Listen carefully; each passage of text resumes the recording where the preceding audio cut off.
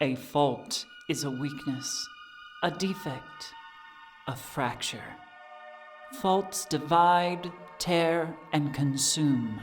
Here in the city of Chester's Chasm, we struggle to maintain that precarious balance over the precipice in the earth, in our lives, and in our hearts. This story is about 4 teenagers with faults of their own. The fault between my faith and freedom. The fault between my family and identity. The fault between my life and death. The fault between my guilt and revenge. As these fractures grow, we stand at the edge and ask, what must we sacrifice to sate the void's endless hunger? Is it possible that the answer lies within all our faults?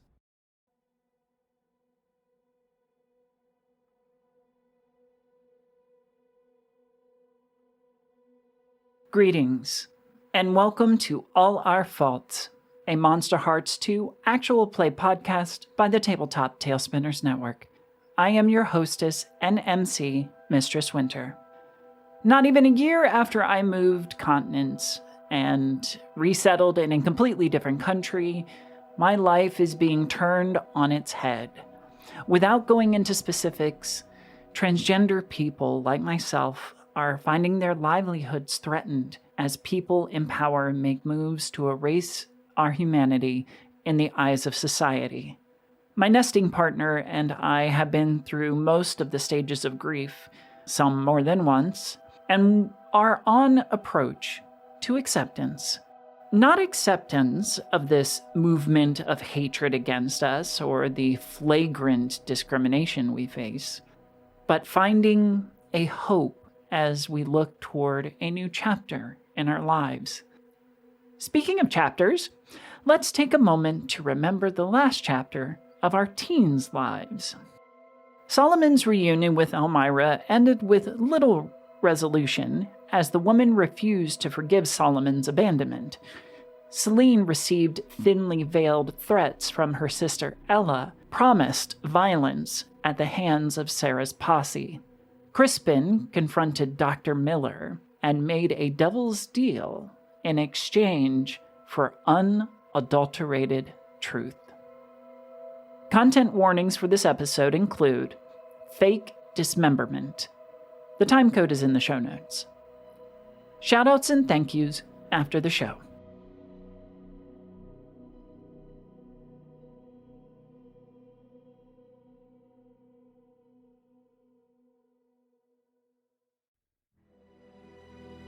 Chapter 27. These Hollow Halls.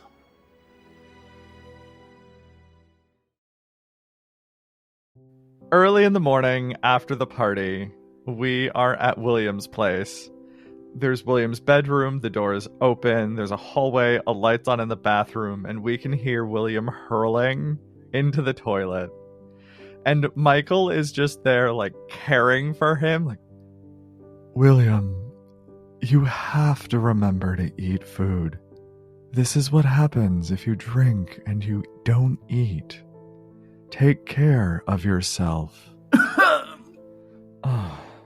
Well, considering it was my first time around, it's good advice that could have used previously. And he's just rubbing William's back as he's praying to the porcelain god. Sweetheart, I'm sorry, you had barely any to drink. I tried to make sure you drank slowly. I barely gave you anything. I'm sorry. It's good life lessons. Yeah, eat food. It's important to manage your hunger. I don't think, I'll try to keep something down. Yeah, are there crackers downstairs or something? Yeah, we've got saltines downstairs. Okay, I'll go get some and water. You stay here. I'll be back in a moment. As you head downstairs, Dr. Harker comes in through the door as you hit the bottom of the stairs, and you both kind of lock eyes. This balding middle-aged man, tiny glasses. I'm fucking his son. I'm sorry. Are you one of William's friends? Yes, hello, Dr. Harker. I don't know that we've actually met. I'm Michael. He's not feeling well, so I was going to grab some saltines. That is very nice of you. Yes, Dr. Harker, John Harker. Is everything okay? Is he... He should be fine. His stomach is just a mess right now. Dr. John Harker. Where are the saltines? Third cabinet on the top row. Okay. Thank you. Yes, over there. Okay. Michael will kind of scurry. He's not used to feeling awkward. Sure. And your friends from school? Yes. We're in a few classes together. Yes, we've known each other a while. Well, it's good to finally meet one of William's friends. He doesn't bring a lot of them around, assuming that he has any. He has a couple. He's normally just shy, I think. Quiet. Yes, that has concerned me. I know that in my line of work, it is a life of solitude and frequent isolation, but it's certainly not something that I want for my son. So it's encouraging that he has somebody looking out for him. Thanks, I guess. Yes, he's a good friend. Well, good. I assume since you're here so late, you'll want to stay for breakfast? I should be fine. But, here, let me go get these back to him, and hopefully it will help his stomach settle. Very good. Let me know if you need anything. Yes. Actually, what are you a doctor of? I am the head medical examiner. Oh, interesting. Okay. I guess kind of a glorified mortician. Still, that's fascinating. But here, let me go get back to him. Of course. And Michael will run back up the stairs, terrified, with saltines and like a cup of water. I didn't know Michael felt fear until now. And then just getting back to the hallway, and I think I can just hear like William hurling into the toilet. I have this image, like the harsh light of the bathroom, like William doubled over, like head in the toilet, me holding crackers and water, and just like, I met your dad.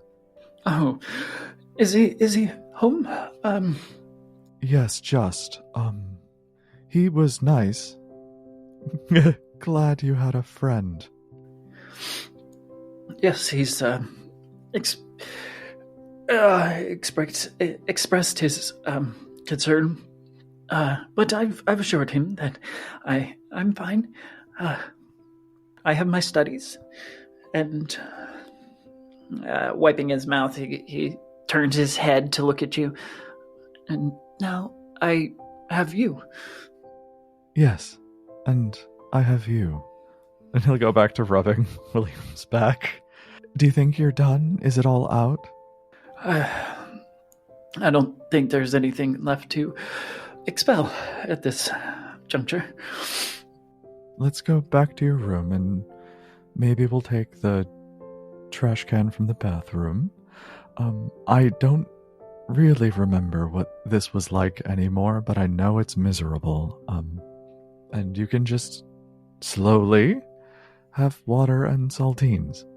So you'll escort him back to the room where he'll just lay on his side, clutching the bucket. Yeah. and nibbling on saltines. And drinking tiny sips of water. And I'm there like tut-tutting him when he goes too fast. All right. We will then progress to Monday. Monday, the school is full of tension. The distrust is palpable as people cast suspicious glances at each other, cautiously look over their shoulders. There is an air of ambient threat and danger, a certain lack of safety. Coupled with that is just a sense of doom. It is written on many a student's face, a lack of control, a certain helplessness, and diminishing hope. All of it seemingly sourceless, but pervasive nonetheless. Michael. Yes. You are changing classes when you turn a corner down a surprisingly empty hallway. The echo of your steps suddenly becoming very prominent as it bounces off the lockers on either side. The normal hunger that you feel, no matter how recently you've drank, whether from William or otherwise, deepens to that level where you have these almost crippling hunger pains. I imagine Michael's fangs are starting to pop out in this moment, and he's like salivating. Hello, Michael. Hello. You turn to see Barbara standing behind you. Those almost reflective eyes regarding you, emotionless and empty. Hello, Barbara. How can I help? How was your time at the party? Unfortunately short, and then the party got out of hand, so the fun was limited. I did not see you there, correct? No. Such lively activities are not my cup of tea. And what were you doing instead? Wandering the city, looking for those who have less than, those whose needs are not fulfilled. And Michael will, at this point I've imagined he's kept his back to her, but turned his head, and now he's going to turn his body and move in very close to try to, get into her personal space incredibly closely. And I think smell her. And what interested you there? What was the point? There's a certain comfort in being with those of like circumstances. A commisery, if you will. And what needs of yours have not been met, Barbara? At this point, her eyes flicker downward. Perhaps you may understand. Do you know of Maslow's hierarchy? Yes, I am aware. His face is almost pressed against hers. There's like a half centimeter of space. His mouth is almost to her ear. She has not flinched, holding almost deathly still. And being that close to her, you would expect some kind of smell, nay, warmth against your cold skin. But everything about her reads neutral. And has my hunger increased getting closer to her? Which is what I really wanted to know. Yes. Okay. Our most basic needs. Shelter. Food. And as she says that, your hunger almost pulses. Are you doing that on purpose? Doing what? The hunger. You do have a hunger, don't you? Depthless, endless, insatiable. Sometimes. You feed that need, but does it ever actually go away? Is she trying to turn me on? Yeah. You know, there are moments where it is sated. Rare. But it happens. But it always comes back.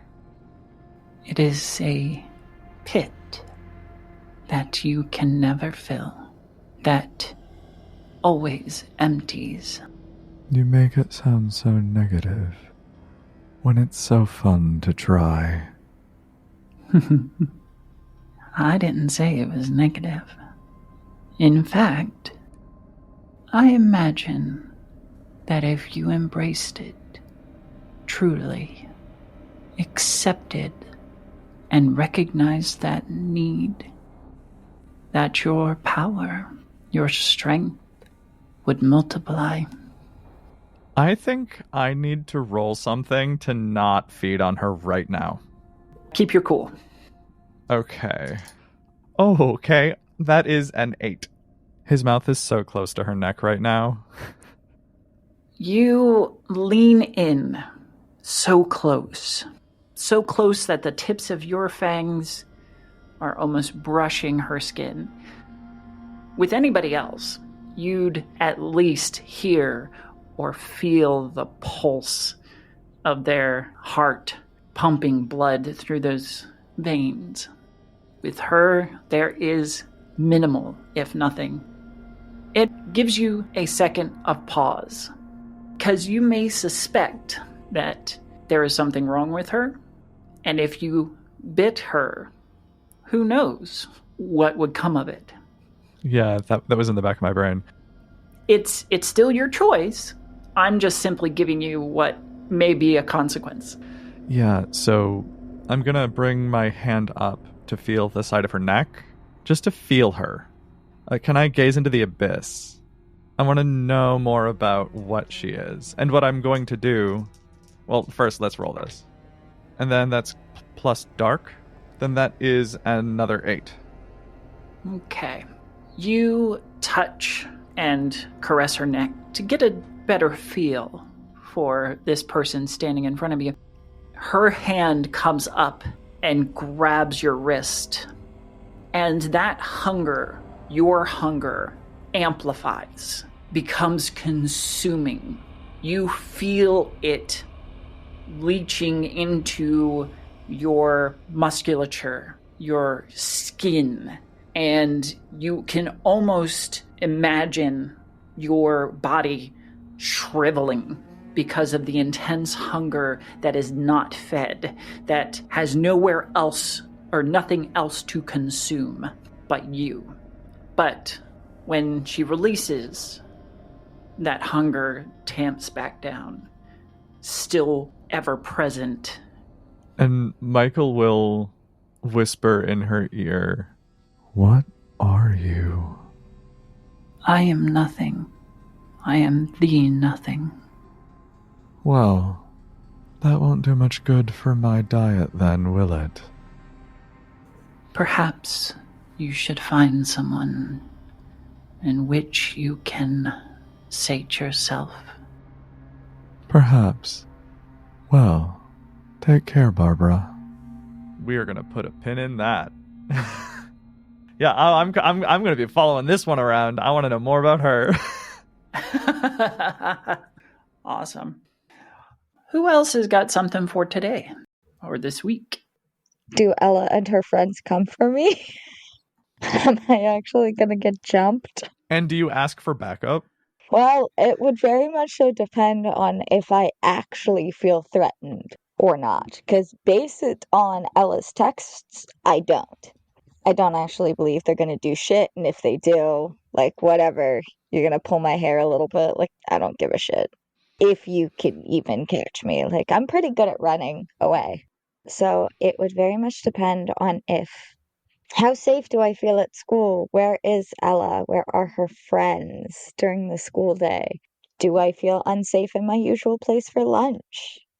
What's the click up to? I think one of the most poignant moments will be in, I believe it was English. You maybe had to do a little bit of rushing to grab your books from your locker to get into class. When you sit down, you go to open your textbook, and in the middle of its pages is a pointed ear with red splattered beneath it. I'm sorry, like a literal ear? On closer inspection, it is a fake, elf ear that you'd wear for, cosplay. I would like you to roll to keep your koi, though. Yeah, for sure. That's kind of an insane thing. How to get into my locker? That's what I want to know. I'm rolling with cold. Okay. 10. 10. Very cool. So you are able to guard your reaction, whatever it may be. My breath will kind of hitch in my throat when I see it. The one thing that is probably noticeable is I don't loudly slam the book closed, but I do slam it closed. And I would like to look around, particularly for Sarah Paisley, to see if she's watching me. Sarah and a couple of her friends are sitting up at the front, chatting and surreptitiously glancing over when you go to open the textbook. They break out in laughter and turn back to the front as the teacher comes in. Before the teacher starts talking, did anyone else notice this happening? I'm pretty sure Scarlet sits close to me. She does. I think we sit next to each other or diagonally from each other. We sit very close together. Mm-hmm. So her in particular, and then I guess see if Crispin fucking notices as well. And I think you sit close to me as well. Yeah, you, me, and Scarlet are all relatively close together. So do either of them notice?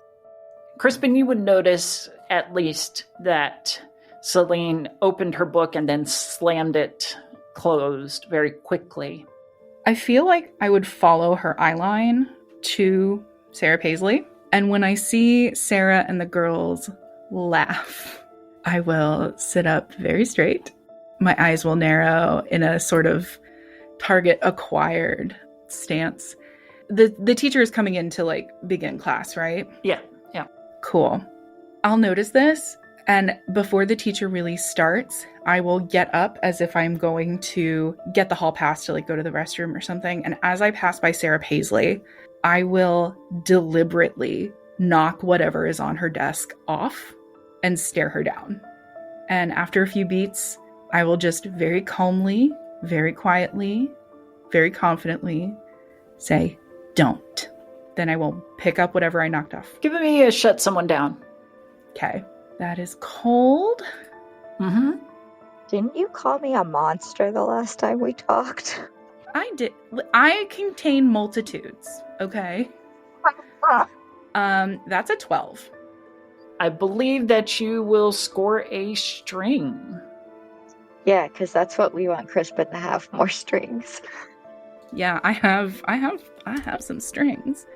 But I will bend over and pick up whatever I knocked off her desk, her notebook or whatever, and place it gently back where it belongs. And then I will go get the hall pass and go to the bathroom. So you pick up the item. We'll say it was her cell phone. Great. I'll pick the cell phone that I knocked off the desk up and kind of rub it on my jeans as if I'm cleaning the screen or whatever. And I'll just go, "Sorry, here's this back." She looks up at you, kind of confused, and what the fuck? Thought you were on my side kind of thing. But she won't say anything. However, as you set her phone down on her desk, she's got one of those little phone clips with a bunch of little dangly baubles. Little charms, yeah. Of course she does. One of them is a white bishop. Yeah, I know. I know you know. So I'll put it back on her desk. I'll take the hall pass to go to the bathroom. I'll take my own cell phone out. I will shoot a quick text message to Sarah Paisley. Leave her out of it. You'll see that it gets read, but you won't get a response until later. So we'll resolve that after the class. Saline, are you doing anything else? Does Scarlet notice? Is there any other, or does Sarah Paisley do anything else, or does the class just continue as normal? The class mostly continues as normal, though Scarlet will be glancing at you, breaking from the book that she's usually buried in. There's a mix of concern and thoughtfulness, like somebody making plans in her head. Okay, I have 2 questions. Okay. Sorry, I'm trying to think how to word it. And if I have to roll something like Gaze into the Abyss to figure this out, I can totally do that. But my first question is it noticeable to me what Crispin does? Like, not the specifics of it, but is it noticeable to me that, like, Crispin went over to Sarah Paisley to defend me? I think that's obvious enough. Okay, cool. I love this boy continuing to manipulate my girl. Love it. All right. Second thing is how Scarlet is feeling the constant, like, looking at me or glances at me. Is that at all obvious to me? Yes. You'll catch her sight occasionally, though she will look away if she ever meets your gaze. And how long has Crispin gone for? Not long, just a couple minutes, long enough to make it plausible that he had just gone to the bathroom, but just a couple minutes. Okay. When Crispin comes back and is settled in his seat, and, like, the teacher takes a break, or her back is turned, or she's put us on independent work, or, like, group work, or something, like, independent, but you can talk at a low level, 'cause teachers do that a lot, I will lean over to Crispin and just go, I don't need you to fight my battles for me. Crispin will turn to her gently and just say, who says I'm doing anything for you? I won't say anything back, and I'll go back to ignoring him. But with, like, the stuff that's going on with Scarlet, near the end of class, again, probably while we're doing, like, independent work where we can talk or something like that, I'm going to turn to her and just be like, can I help you? I don't know if that's the question you should be asking. Question is, can I help you? But then we could get into kind of a quid pro quo kind of scenario.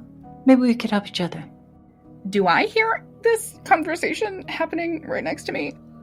Yes. Okay. And to that point, Scarlet will venture a glance over her shoulder and notice you paying attention. Yeah, I'm fully staring. I don't think I've ever seen the two of them interact before, so even if the conversation itself hadn't caught my interest, that would. I mean, I don't think we've ever talked before at this moment. Scarlet will pull out her phone and type in a text. But being as she doesn't have your number, she simply just turns the phone for you to read it and says, let's talk during lunch, privately. I'll nod and kind of move, like, my notebook that I used to take notes in towards her, and then just scribble in the margins really quickly, like, where, ? And tap it. Your usual space. Okay. I will, like, give her the thumbs up. And then right after class, as I'm walking to my next one, I would like to shoot a text off to Michael and just be like, hey, just a heads up, I'm getting some threats. Might need some help with that. When and where? Smiley face. Demon face with a smile. I'll send him a screenshot of the text messages with my sister, and then I will give him, like, a quick description of what happened during English. And then I'm also going to say, I'm meeting someone at lunch, but we can talk later. Thumbs up emoji. ×2. And I'll also make sure to let Michael know that I will be in my usual spot. Wait, why the fuck does Scarlet know where I go during lunch? Hang on. I always feel like Somebody's watching me. Not the weirdest thing that has happened to me, so let's just go with it. You know, weirder things have happened to Saline, so. Okay, that's all I want to do until the conversation with Scarlet at lunch. All right. Solomon, you're still trying to figure out this whole locker thing. When you finally get the lock to work after 5 or 6 tries and pop it open. And when you close it, you find Sarah Paisley standing there, leaning against the lockers, all sweet and smiley.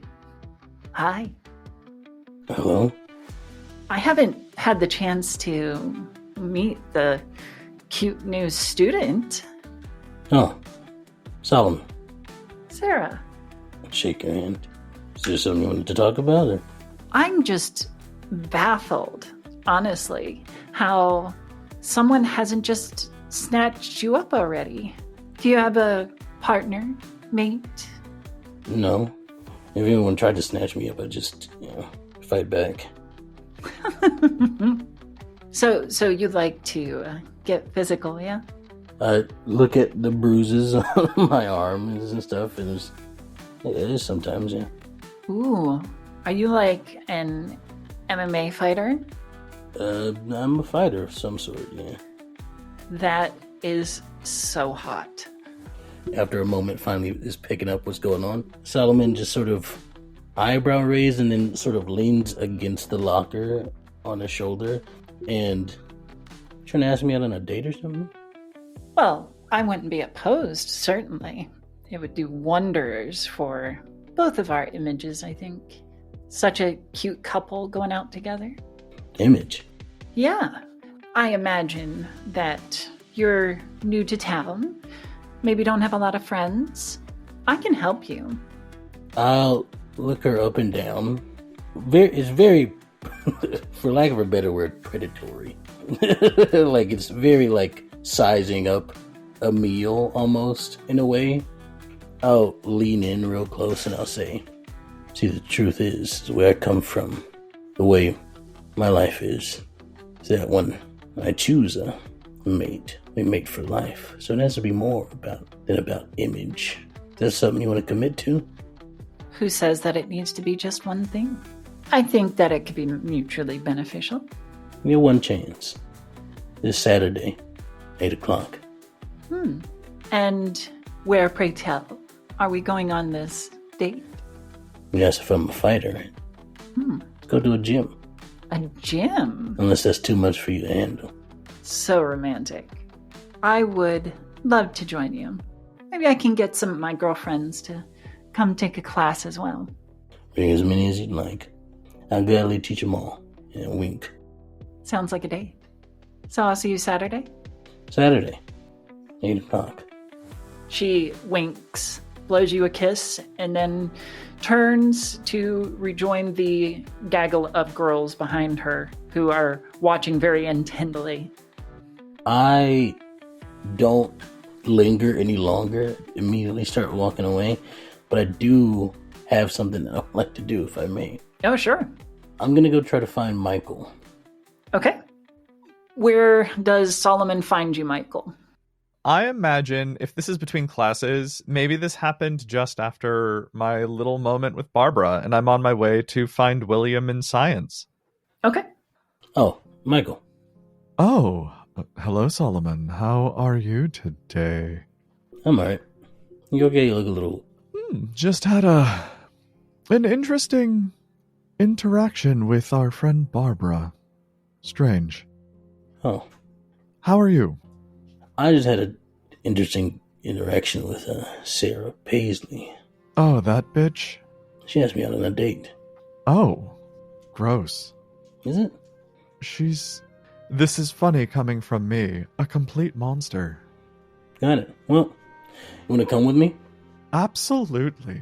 Am I bringing William? Is this a double date? Oh, you can if you want to, yeah. Where are we going? The gym. You picked the gym? Is that not a normal thing to do? You know, I really like the way you think outside the box. You're fun. Oh, thanks. Yeah, creative. Also, that's not what I came to talk to you about, although it is a thing that happened. And I'll look around and I'll just come with me. And I'll head towards the nearest bathroom. Oh, I'm supposed to be okay, sure. Once in there, his shirt's off. Immediately you see these bandages and he starts changing them. These like stab wounds, basically, at the sink. He's like cleaning it. He's like, as he's changing them. I had an interesting conversation with whose party was that the other day? Tyler? Oh, that was Taylor's. Taylor, yeah. Interesting conversation. I asked about this person, Dr. Miller. I think I mentioned her to you before. Yes, I've heard of her. I wanted to know a little bit more about her from an outside perspective. But, so I started asking people, Taylor, in that moment at least, and it was a very weird, they were very, how do you say, open before I brought Dr. Miller up, and then suddenly they shut down. What have you heard? Michael sits like on the bathroom counter and like turns to like watch you. Nothing. Yeah, absolutely nothing, and that's the weird thing. Is there anything you're concerned with? She made a promise to me. I haven't seen her since then. What was the promise? She was going to help me find some people. Some people that I need to find desperately. Huh, okay. Well, are you satisfied with the information you have, or do you need more? More. Until standing in front of me, bleeding out slowly, I'll not be satisfied. That's dramatic. I like it. You know, this is really distracting. You with the shirt off and the blood. What happened? I got into a fight. Okay. Just some people. I'll check the stalls first. Is there anybody in there? Now, because now's the time to do it. No, it's empty right now. I suppose it's unfair for me to know about you and you not knowing about me, so I'm a werewolf. I got into a fight with a pack. Yeah, I'm not stupid. Oh. But can't you heal faster? Wow, I assumed you could. It depends. It's a thing that you learn later. Huh. Okay. You know, this is gonna sound, well, crazy. Can I get a bite?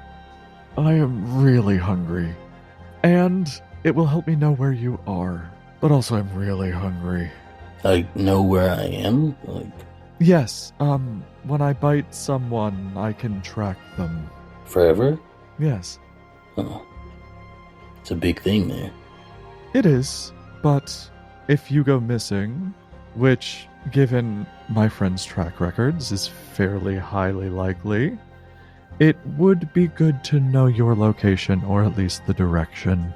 And also, I'm really hungry. I guess me's better than sub-normie out there, so I guess so. Thanks. I'll hold out my, wrist. Michael's gonna hop off of the, bathroom counter and, walk over to you and just, shove the wrist aside and go up to your neck. And just take a bite and drink, and using the feeding, you don't die. You're fine. But, yeah, he's at least gonna sate the hunger, and now he'll be able to track you, which is great, because I do have that vampire move. And I'm gonna put you on my little list. That was weird. Oh, hold on, wait. And then he's gonna lean back up, because I assume you're taller than me, and I'm gonna lick where I bit into your neck, so the wound goes away. Oh, that's how that works. Yes, and now I'll have an easier time finding you if you get lost. Thanks. Alright. Well, don't ever talk about this again. That's pretty much it. Just, Dr. Miller's just an unknown, and I don't like unknowns. Yes, I'm not sure I'm fully clear on the risk, but I'm happy to help. Thanks. Let's go to class.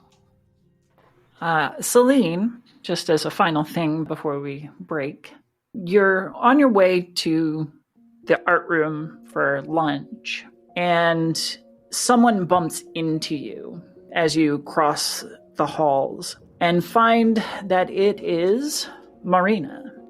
She spins around in a panic. She looks nervous, anxious. She looks hunted. She looks like me.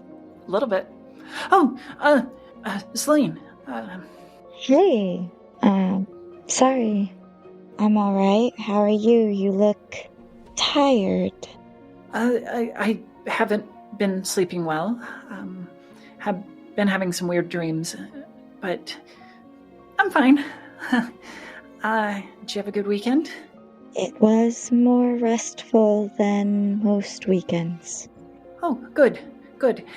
And we still good after, Yeah.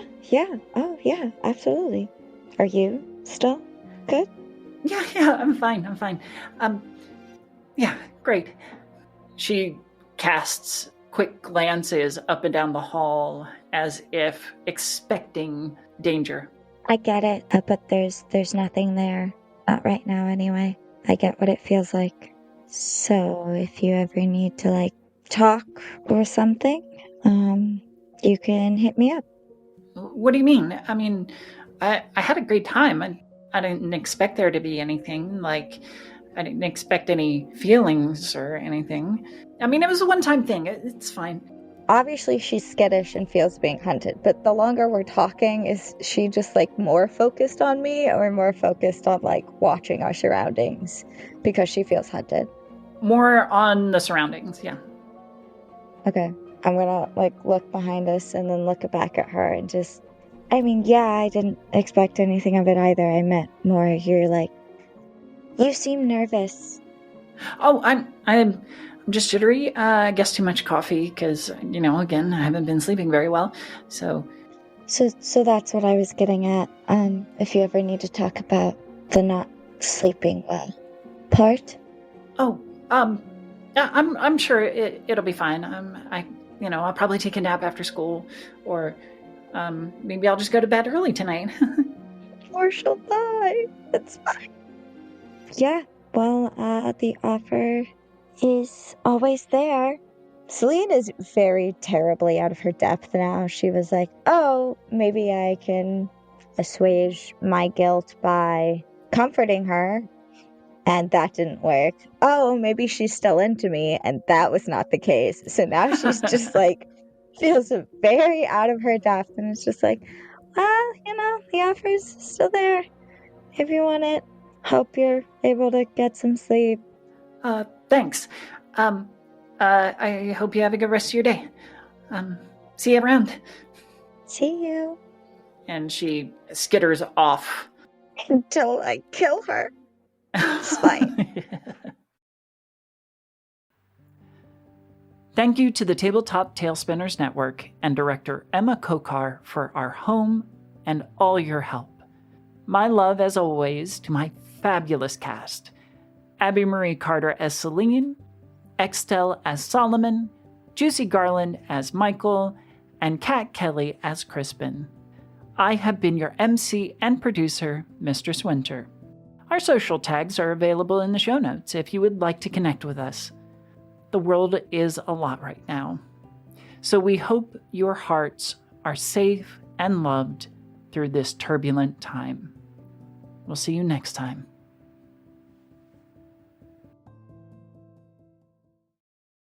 Can I ask a question? Sure. Is there any part of Michael that got a weird boner meeting the medical examiner? Why do you ask? Just a vibe. Oh, no. Okay. Not at all. It was more like, oh no, is this man gonna have evidence against me? Which, there may be a little bit of a fear boner, but okay. Yeah. Well, because that was it. I was like, is there either a fear boner or a William's cute, but a Stacy's mom situation? Yeah, no. Actually, hold on, because I need to. Much like Abby was getting out of her own head, I have to get out of my own head. Daddy kink, daddy kink. A little bit, yeah, for Michael. Yeah, there's a little bit of daddy in there that he's there for. Yeah, you're right.